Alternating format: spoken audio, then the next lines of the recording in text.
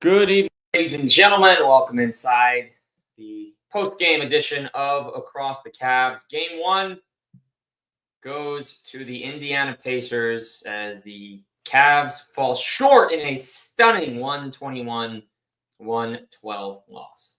So, always got to start out and think about the big picture. And without looking at stats and without looking at numbers, you like to think, what didn't the Cavs do well today? Well, they didn't shoot the three. 9 for 38. You're not beating anybody shooting 9 for 38 from three. And when the other team makes 19 threes to your 9, I mean, what exactly do you want? So I lost by 9, missing 29 of 38 from three. It all starts with how you shoot from the outside. Max had a couple of them. Merrill had a couple of them, but Strus and Mitchell combined, though, 3 for 19. Down by 6 in the fourth quarter. Why are they setting up a play for an Evan Mobley quick three? There is still a lot of time left in the basketball game at that point, and there was no purpose. Do want to talk about a couple of missed calls in the second half that kind of sum up. And the refs are not the reason Indiana won. They won this game fair and square with hard-nosed effort. And I picked Indiana to win 2 games in this series. Doing the pregame pod yesterday with the block, the shot, the stop, I had the Pacers winning game 2. I had the Cavs winning game 1, Pacers winning game 2, but the Cavs win in 6. Did not expect within that scope of best in first to win 6 games. Did not expect it to be 0-1. Thinking about 0-1, the Cavs generally start series well. The Pacers had been struggling in game 1s, but today kind of went the other direction. But 2 calls that I thought were very important. On the play where Jared Allen absolutely hammered that dunk, if we go back to the third quarter, when the Cavs were down by 6, watching it now, Mitchell comes around, leaves it for Allen, Turner, and Halliburton both kind of getting a hand into him on that play. And nothing. Allen hits the ground hard. Thankfully, he was okay. He was able to get back on the defensive end. He was fine. And then, obviously, the fourth quarter comes around. Ben Mathurin goes to block DeAndre Hunter. Hunter was down and in pain, by the way. He was holding his shoulder.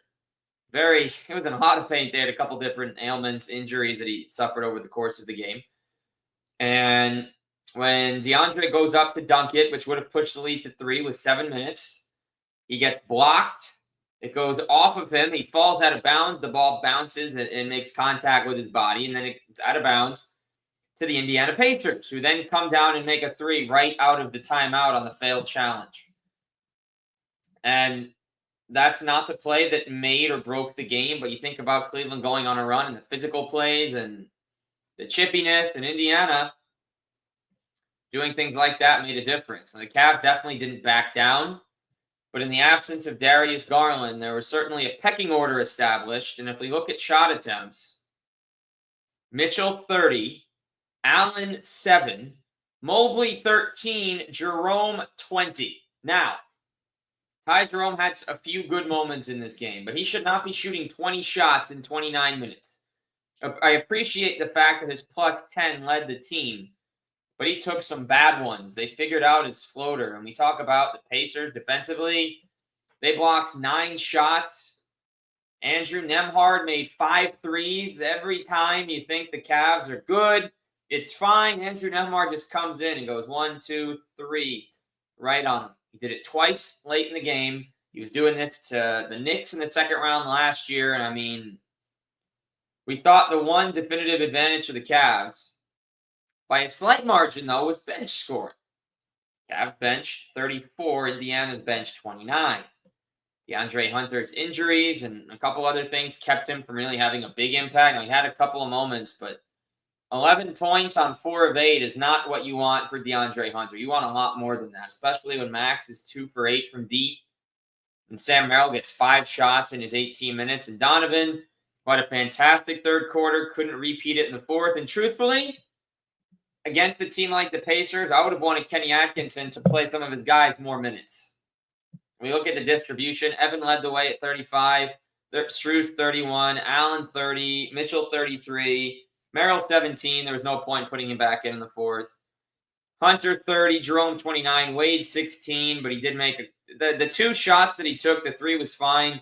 That second shot, the driving layup, he had tied Jerome wide open at the top. I think Jerome was 1 for 4 from deep, could have made one there. Coro 1 for 4, but really liked his defense in this game off the bench. He definitely brought some high energy out there. So, this is not fun, but you have to do it. I don't just come on here and talk after the wins. This is the first playoff loss the Cavs have suffered this year. So you got to come on still and have the conversation. What went wrong? What do they have to do better? What needs to change? And it wasn't perfect. They had some good moments, and then they had ones where it's like, this team went 64-18. And yes, look, Darius Garland is vital to the success of this team. And the better Darius looks when he's on the court, the better they are. They won 2 games against Miami, including one by 55 with Garland out. We are not about to sit here and compare this year's Heat to this year's Pacers. Pacers are a hard-fought team. They have the same exact lineup as last year. The only difference now is Ben Mathurin's healthy in the playoffs. They went to the conference finals last year. Can't act like a lot of people before this series, reading on comments and just looking at what a lot of folks had to say. Cavs should win this no problem. Gentlemen's sweep. Pacers here, Pacers there. The way this game was, though, yes, the three-point shooting was different, and that'll hopefully change. This is a gritty team. This is a very gritty Pacers team with shooting and rim protection and athleticism and some size. Tyrese Halliburton, who's called the most overrated player in the league, cooked a number of the Cavs players that are going to either be all NBA or all defense or all something. He tweeted, overrate that. A week ago, 2 weeks ago, Tyrese Halliburton is a winning basketball player, and a lot of people in the league don't see it that way. You see how the players voted? Somebody has to have that honor. It is not Tyrese Halliburton. Now, wherever John Halliburton is tonight, watching this game somewhere, sure that he's happy. He was not allowed to watch the games in person after the incident with Giannis. But he's going to be talking to his son post-game, and I'm sure he's going to have a lot of good things to say. You got to give Indiana so much credit. The Cavs didn't make their threes. It was a huge part in why they lost. But you look on the other side, all 5 starters in double figures. Siakam at 17, 8, and 4. Naismith, 17 points, 8 rebounds in just 24 minutes, had 4 of 6 threes. Turner, 13 and 11 with 5 stocks, 3 steals, and 2 blocks. Nembhard, 23 points and 6 assists, plus 21 with only 10 shot attempts. He was efficient, and he got to his spot, and it stinks because we watched Andrew Nembhard cook other teams once the Cavs were out last year. He did it in the conference finals. He did it in the second round. And he's just a very good playoff guy. Tyrese, 22 and 13, just 1 turnover, 3 blocks. The bench of the Pacers really didn't do much. Obi was a plus 7. He played a lot in the fourth. And look, Ty Jerome, 8 for 20 is not going to get it done. Donovan Mitchell, 13 of 30, 111 from 3, not going to get it done.